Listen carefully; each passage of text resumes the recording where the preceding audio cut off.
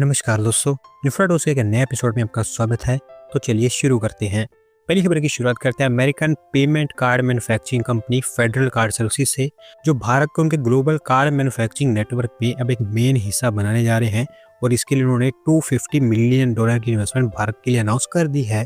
तो दोस्तों, ये company globally one of the biggest card manufacturing company मानी जाती है। उनके नेक्स्ट फेज ऑफ ग्रोथ के लिए उन्होंने डिसाइड किया कि वो भारत को उनकी दुनिया की सबसे बड़ी मैन्युफैक्चरिंग हब बनाएंगे, जिसके चलते वो भारत के अंदर $250 मिलियन की इन्वेस्टमेंट करने वाले हैं कार्ड मैन्युफैक्चरिंग टेक्नोलॉजी और सर्विसेज को लेकर।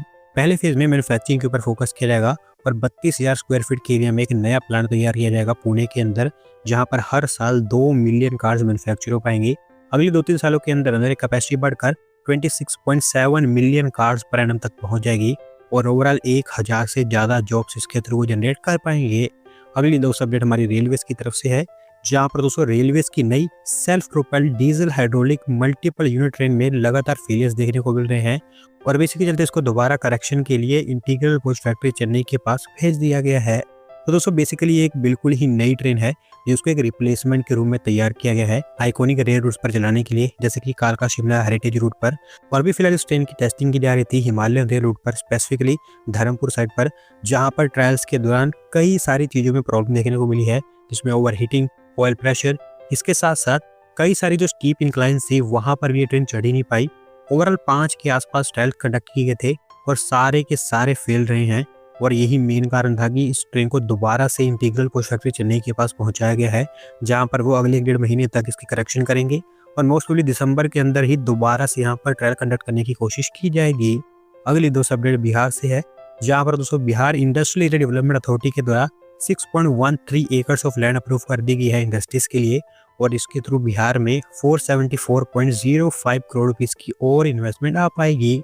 तो दोस्तों बेसिकली यहाँ पर टोटल 16 कंपनीज के प्रपोजल को सरकार के द्वारा अप्रूव किया गया है, जिसके चलते पटना, दरभंगा, मधुबनी, औरंगाबाद, हाजीपुर, मुजफ्फरपुर, गया और सहरसा इन डिस्ट्रिक्ट्स में नए यूनिट्स बनकर तैयार होने हैं, जो mainly food processing, rubber, textile और जनरल मैन्युफैक्चरिंग सेक्टर से रिलेटेड होंगे। ओवरऑल 777 जॉब्स इसके थ्रू जनरेट हो पाएंगी। अगली दो अपडेट नागपुर से है, जहां पर दोस्तों Maharashtra state infrastructure development corporation Nagpur के अंदर स्पेसिफिकली सीताबुल्दी में नेताजी मार्केट को रीडेवलप करने जा रहा है और इसके लिए टेंडरिंग का काम स्टार्ट हो चुका है। तो दोस्तों जैसे कि मैंने आपको बताया कि ये मार्केट सीताबुल्दी के अंदर है, अभी इसकी कंडीशन काफ़ी ज़्यादा खराब हो चुकी है और यही मेन कारण है कि इसको अभी रीडेवलप किया जाएगा एक कमर्शियल कॉम्प्लेक्स के अंदर। 9 मंजिला बिल्डिंग होगी, जहाँ पर 200 के आसपास शॉप्स होंगी, dairy, tea stalls, pharmacies, book shops, electric stores और गैराजेस के रूम में। बाकी इसके साथ साथ 550 कार्स और 2000 टू व्हीलर्स की पार्किंग फैसिलिटी भी क्रिएट की जाएगी, जो कि 3 लेवल की होगी। इसके अलावा restaurants, game zones, food court और मिनीप्लेक्स जैसी फैसिलिटीज भी यहाँ पर बनकर तैयार होनी है। 315 करोड़ रुपीस यहाँ पर खर्च किए जाएंगे और अभी क्योंकि टेंडरिंग स्टार्ट हो गई है तो अगले 3 सालों के अंदर अंदर ही तैयार हो जाएगा। अगली दो अपडेट कर्नाटका से है, जहाँ पर दोस्तों कर्नाटका कोस्टल डेवलपमेंट बोर्ड ने प्रपोज किया है एक नया क्रिकेट स्टेडियम और एक नया एयरपोर्ट उडुपी डिस्ट्रिक्ट के अंदर, और इसको लेकर उन्होंने पाडुबिद्री के पास गवर्नमेंट लैंड को आइडेंटिफाई किया है। तो दोस्तों सबसे पहले यहाँ पर क्रिकेट स्टेडियम के ऊपर काम करने की बात की जा रही है, बस बताया जा रहा है कि ये 50 एकड़ के एरिया में फैला होगा। अभी जहाँ पर इसको बनाने की बात की जा रही थी वो लैंड ईयरमार्क कर ली गई है, जो सरकारी लैंड ही है। इसके लिए वो कर्नाटका स्टेट क्रिकेट एसोसिएशन के साथ में बातचीत करेंगे और अभी इनके साथ में मीटिंग्स भी कंडक्ट की जा रही है। अभी भी ये काफ़ी ज़्यादा प्रीलिमिनरी स्टेजेस भी हैं, तो आगे चलकर इसको लेकर कई सारी अपडेट्स आती रहेंगी, वो मैं टाइम टू टाइम आपके साथ में शेयर करता रहूँगा। अगली दो अपडेट हाई स्पीड रेल को लेकर है, जहाँ पर दोस्तों Hyderabad Chennai high speed rail corridor के ऊपर कुछ और प्रोग्रेस हमें होता हुआ दिखाई दे रहा है और अभी फिलहाल साउथ सेंट्रल रेलवे जोन के द्वारा इसकी फाइनल अलाइनमेंट सबमिट कर दी गई है, जिसको डीपीआर के अंदर इंक्लूड किया जाएगा। दोस्तों Hyderabad Chennai high speed rail corridor 778 kilometre लंबा मोस्टली एलिवेटेड कॉरिडोर ही होने वाला है। एक 11.5 किलोमीटर की यहाँ पर टनल बनकर तैयार होगी, क्योंकि ज़्यादातर हिस्सा एलिवेटेड ही होगा। मिंजूर, श्री सिटी, नेल्लोर, गुंटूर, अमरावती, चेन्नई, हैदराबाद, नलगोंडा, इस तरह की अलग अलग सिटीज़ यहाँ पर कनेक्ट हो पाएंगी। 14 के आसपास स्टेशन बनाने की यहाँ पर बात की गई है और अगर दोस्तों ये हाई स्पीड रेल कॉरिडोर बन जाता है तो हैदराबाद से चेन्नई के बीच ट्रांसपोर्टेशन बिल्कुल रेवोल्यूशनाइज हो जाएगा, क्योंकि जस्ट 2 घंटे 20 मिनट के अंदर अंदर डिस्टेंस कवर हो पाएगा, जिसे अभी 11 से 12 घंटे का समय काफ़ी इजीली लगता है। साउथ सेंट्रल रेलवे जोन ने रिपोर्ट NSSRCL के पास में सबमिट की ही है, साथ साथ तमिलनाडु सरकार के पास में भी इसको सबमिट किया गया है ताकि वो सर्वे वगैरह के काम के लिए यहाँ पर अप्रूवल दे दे, क्योंकि तेलंगाना और आंध्र प्रदेश वो ऑलरेडी यहाँ पर अप्रूवल दे चुके हैं। अभी तमिलनाडु की अप्रूवल ही चाहिए जैसे ही तीनों स्टेट्स की अप्रूवल पूरी तरह से आ जाती है तो उसके अगले 1 महीने के अंदर अंदर इसकी फाइनल डीपीआर भी सबमिट कर दी जाएगी।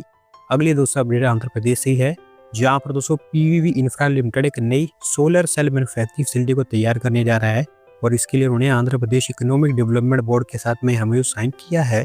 तो दोस्तों ये सोलर सेल फैसिलिटी विशाखापट्टनम के अंदर बनकर तैयार होगी, भोगापुरम एयरपोर्ट के पास 30 एकड़ की एरिया में फैली होगी और इनको ऑलरेडी यहाँ पर लैंड अलॉट की जा चुकी है। इस फैक्ट्री के लिए सिर्फ 50 करोड़ भी इसके द्वारा इन्वेस्टमेंट की जाएगी और एक बार जब तैयार होती है तो 350 डायरेक्ट और 450 इनडायरेक्ट जॉब जनरेट हो पाएंगी।